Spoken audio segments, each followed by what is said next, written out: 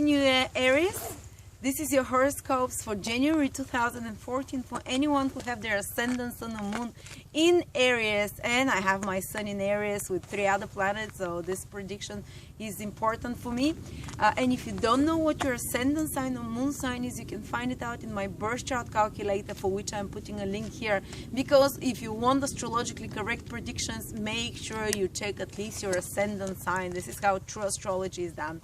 So, we're shooting first of all from the ancient Thracian capital of Kabyle, and it's a mythological place which is described in Greek mythology, because the ancient Thracian kings they gave mythology to ancient Greece and the gods and the mythological system. And it's a very special place for me because it's next to my town in Bulgaria where I'm from, so I wanted to share this magical place with you. Anyway, what does January hold for us, Aries? It's going to be a very hectic time full of action, of things happening, and it's gonna, especially, it will repeat again in March and April, but December, the end of December and the first 20 days of January will be time of manifestations and making things happen for Aries, because planets trigger the angles of the horoscope, the angles of the places of initiation, of new beginnings, of making things happen.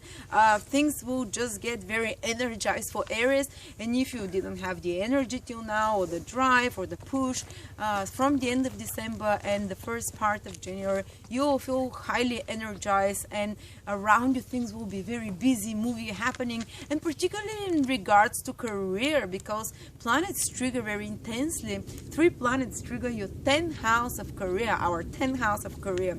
So a lot of you might be very busy getting jobs done. Some of you might be getting a new job. Some of you might be just very busy with working on projects. Some of you might have more responsibilities than other times, because 10th house is the house of karma, the things we have to do, that we have a responsibility to do.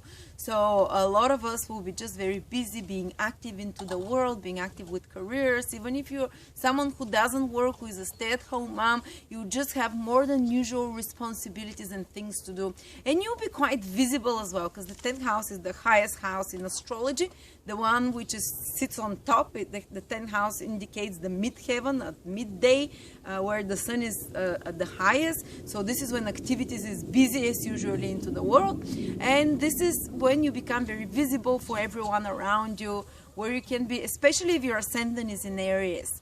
Not so much if your sun or moon is the ascendant in particular, but the sun and moon also, you'll feel it. You know, so when you'll be quite visible, when you'll be quite involved in social things, when you'll be quite at the height of your energy levels as well, and you can get a lot of done for your career, as I said. And also Venus there passing shows where love can come to you from, and where you feel very much pleasure and happiness from. And 10th house is work, so getting involved in fulfilling responsibilities in work will be a sense of comfort and pleasure and joy, and love can come to you during in your workplace, or while you're fulfilling your responsibilities, or appreciation of others, because Venus is self-worth. And where do we get self-worth? When it's in the 10th house, you get a lot of self-worth and self-love due to the responsibility you've done, due to the career things that you fulfilled. And Mercury is also in your 10th house. Mercury is the manager, so you can organize your affairs, your work affairs, and your projects affairs in a much better, efficient way. And you can be a much better communicator, because Mercury, when it triggers an angle, makes you express yourself better, especially in regards to some career projects. And Mercury also can there indicate that people that are in mercurial type of jobs which require communicating, advertising, exchanging ideas, information, journalism, social media, writing emails, anything which is the written or spoken word or communications, these people will be very busy, and they can have more positive results with their careers and their projects. And you can market your projects and your goals in a better way during this period as well.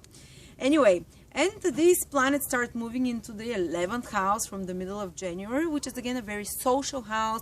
You're out there, you're very much involved with other people, maybe more social dues, you get invited more by others, you start reaping the results of your hard work then from the 10th house of career. 11th house is the result from your efforts, or maybe some of you may be getting a little bit financial upliftment. Some of you getting some recognition from others for what they've done, getting some kind of a pat on the back, and it's again very happening time, very productive time. So great, you know. And Jupiter, for instance, is in the 4th house of Aries, and Jupiter again, it's an angle, and you can manifest positive things in 4th house. 4th house is family, is your home, it's property. Some of you might be relocating, finding a better property. Some of you might be getting in touch with your family, spending lovely time with your family, helping your family. Make your family and your mother or parents can be a source of great joy for you as well, and growth and emotional healing can be happening. Mars is in your 7th house, and things are happening in your 7th house, which is relationships. But Mars is a very sexual, intense planet, so it can be more charged up energy for Aries, particularly for those of you who are born from the 1st till the 14th of April, because Mars triggers those degrees 1st till 14th of April, or those of you who have their ascendant or their moon from 10 till 23 degrees, they'll feel a bit more sexual tension in their relationships, sexualizing of their relationships as well, maybe partnerships coming which are intense and sexual in such experiences.